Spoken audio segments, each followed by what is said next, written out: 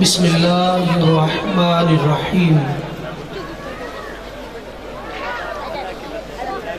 قل بفضل اللہ وبرحمتہ فبذلک فلیفرحوا وهو خیر مما یجمعون صدق اللہ مولانا العظیم مولاي صل وسلم دائما ابدا على حبيبك خير الخلق كلهم هو الحبيب الذي ترجى شفاعته لكل حول من الأهوال متهم قابل صد احترام محترم المقام پیر طریقت رہبر شریعت عزت مآب محترم سید پیر اصغر حسین شاہ صاحب گیلانی سجادہ نشین آستانہ عالیہ گجار شریف سٹیج کی زینت علماء کرام منتظمین مہمانان گرامی قائدین تحریک منہاج القرآن اور بالخصوص اس آج کی محفل میلاد مصطفیٰ صلی اللہ تعالیٰ علیہ وسلم کے سب سے عظیم مہمان حاضرین مجلس اور معزز خواتین و حضرات، السلام علیکم ورحمۃ اللہ وبرکاتہ۔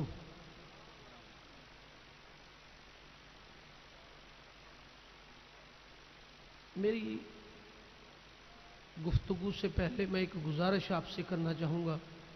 پنڈال میں بھی چھوٹی چھوٹی باتیں بن بناہٹ کسی آواز ہے، نہ یہ میلاد کے آداب کے تقاضوں میں سے ہے، اور پنڈال کے دائیں بائیں جو مہمان ہیں یا جو سیکورٹی کے لوگ ہیں ان کا شور اتنا ہے کہ اندر پنڈال میں بھی کانوں میں سے ایک شور کسی آواز ہے۔ تو میری تمام احباب سے گزارش ہے کہ کچھ دیر کے لیے آپ اگر خاموشی اختیار کریں تو انشاءاللہ العزیز اس کا آپ کو بہت سارا فائدہ ہوگا۔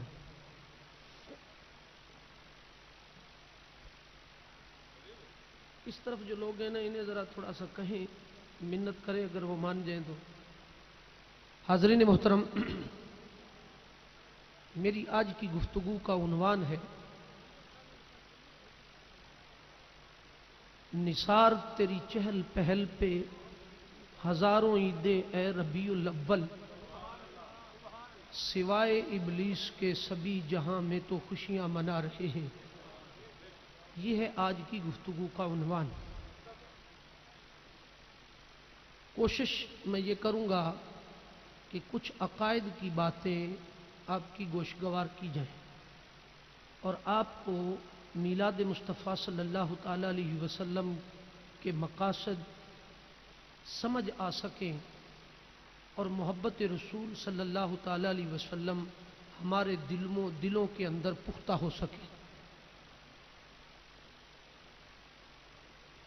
آپ احباب بھی اور منتظمین بھی، اہل علاقہ بھی صد بار مبارکباد کے مستحق ہیں جنہوں نے پورے خلوص کے ساتھ، محبت کے ساتھ، پیار کے ساتھ حضور علیہ الصلوۃ والسلام کی تعلق غلامی اور تعلق رسالت کو برقرار رکھتے ہوئے آج کی اس بزم کو سجایا اور ایمان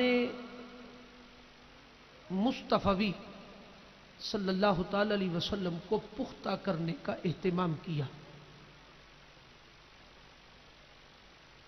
حاضرین محترم، انسان کی جو زندگی ہے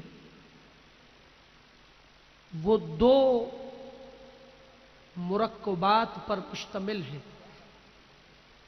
ابتدائی گفتگو ذرا تھوڑی سی آپ کو ایسے محسوس ہوگی کہ شاید آگے کوئی بات نہ بن سکے، لہذا ابتدائی گفتگو ہی سمجھنا آپ کے لیے ضروری ہوگا۔ انسان کی زندگی دو چیزوں پر مرکب ہے۔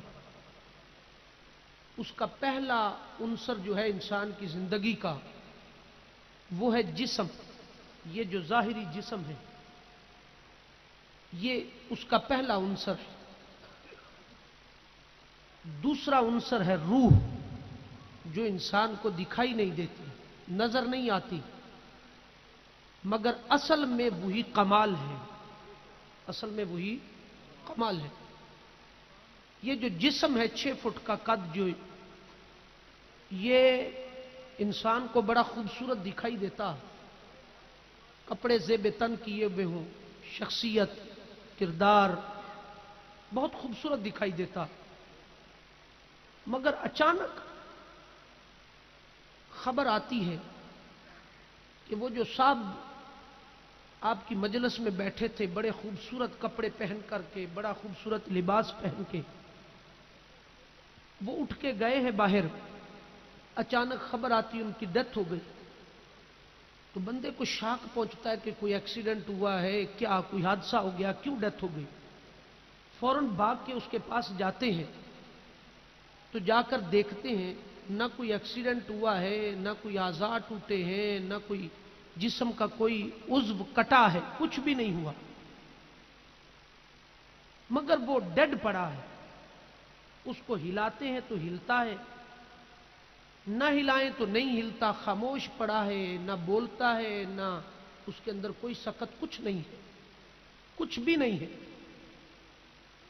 جتنے آدمی اس کے ارد گرد کھڑے ہیں سارے یہ کہہ رہے ہیں کہ یہ دنیا سے چلا گیا، فوت ہو گیا ہے، اس کی ڈیتھ ہو گئی ہے.